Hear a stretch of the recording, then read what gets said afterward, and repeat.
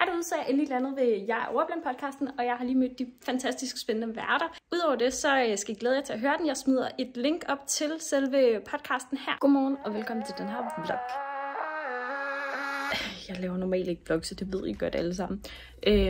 Men jeg tænkte faktisk, at den her kunne være ret interessant, for jeg skal noget rimelig spændende lige pt. Og det er den travleste sæson for mig, fordi at der snart er Ordblind uge. Så vi har skudt det hele i gang med, at jeg rent faktisk skal ud og deltage i en podcast til Jeg er Ordblind, tror jeg den hedder. Sagen er den, jeg faktisk også på skole i Jylland, og er i gang med at pakke min kuffert, som mange nok kan se. Kaos!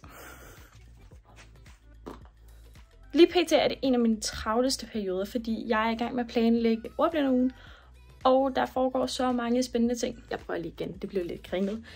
Sagen er den, i år der er jeg faktisk ikke selv en del af Ordblindugen, fordi at jeg er på studietur i London. Jeg må lige have noget at stå. Fordi jeg er på studietur i London, så der kommer til at ske nogle spændende ting. Men ja, nu vil jeg få pakket, fordi at jeg skal faktisk være ude af værelset her lige om lidt. En undervisning starter her kl. 8, og klokken er alt for mange nu, så jeg har travlt for at sige det. Klokken er 7:20. Og jeg er ikke engang halvvejs. Jeg hader pænt sagt at skulle filme foran andre, så I kan være pænt lige til at være på sidelinjen, mens jeg lister ned i min bil. Så blev min baby pakket, og det næste projekt, det er simpelthen at få noget morgenmad, så det vil jeg gøre nu. Jeg ser bort fra, at jeg basically var ved at glemme at aflevere mine nøgler endnu en gang, så fik jeg hurtigt min morgenmad og min kaffe. Jeg har valgt at sætte mig i en lokale, fordi at jeg bruger digital indtaling, hvilket er meget vigtigt for mig, når jeg skal skrive og kunne formulere mig korrekt til mine opgaver. Så jeg har fået en lokale, så jeg rent faktisk kan skrive det, jeg skal skrive. Yes. Udover det, så har jeg forlænget tid, og alle de andre hjælpemidler, som jeg skal bruge, som CD'er og IntiWords og det hele. Det er så det, der skal ske nu. Test, og så skal jeg faktisk videre til Aarhus bagefter. Så fandt jeg også lige tid til at komme i Salling, lige inden at jeg skulle til afsted. Men nu har jeg været travlt, fordi tiden er løbet lidt fra mig, og jeg kunne ikke finde ud af det her med parkering.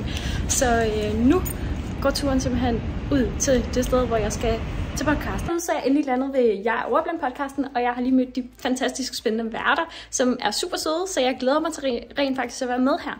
Udover det, så skal jeg glæde jer til at høre den. Jeg smider et link op til selve podcasten her, så I kan følge med.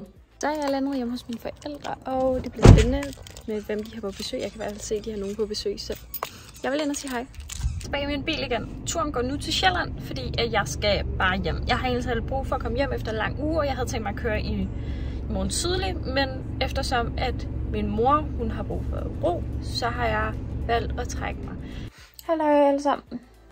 Ja. Nu ligger jeg sådan set bare her, for at sige det pænt. Den er i sin jævnt mange. Og min kæreste, han er i byen. Så jeg tænker faktisk, at jeg vil få lidt søvn. I må sove rigtig godt, og jeg håber, I kunne lide den her vlog.